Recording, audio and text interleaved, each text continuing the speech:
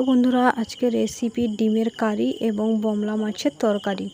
দেখো, বমলা মাছগুলোর জন্য পেঁয়াজ কুচিয়ে নিয়েছি, আদা রসুন ছাড়িয়ে নিয়েছি, আদা রসুন বাটা করে নিয়েছি, জিরে বেটে নিয়েছি এবং পেঁয়াজ কুচি কুচি করে নিয়েছি। বমলা মাছে নুন, হলুদ এবং পরিমাণ মতো লঙ্কা গুঁড়ো এবং সর্ষের তেল মাখিয়ে নিয়েছি। কড়াইতে তেল দিয়ে পেঁয়াজ কুচি দিয়ে দিয়েছি, আদা বাটা দিয়ে দিয়েছি, একটু গন্ধ চলে যেতে পরিমাণ মতো নুন, হলুদ গুঁড়ো এবং লঙ্কা গুঁড়ো দিয়ে দিয়েছি। তারপরে অল্প জল দিয়ে মশলাটাকে ম্যারিনেট করে নিয়েছি, বমলা মাছ দিয়ে দিয়েছি। তারপরে 5 থেকে 10 মিনিট বমলা মাছটা নাড়াচড়া করে নেওয়ার পরে দেখো প্রায় বমলা মাছ হয়ে আসতে আমি বমলা মাছটাকে নামিয়ে নিয়েছি। বমলা মাছের তরকারি রেডি হয়ে গেছে।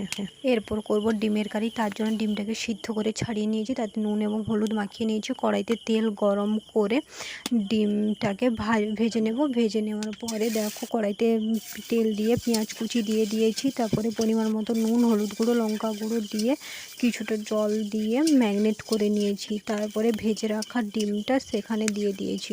দেওয়ার পরে ডিমের কারি রেডি হয়ে গেছে। বমলা মাছের তরকারি এবং ডিমের কারি দুটো রেসিপি কেমন হয়েছে তোমরা সবাই কমেন্ট করো, শেয়ার করো, লাইক করো, সাবস্ক্রাইব করো। পরে ব্লগে।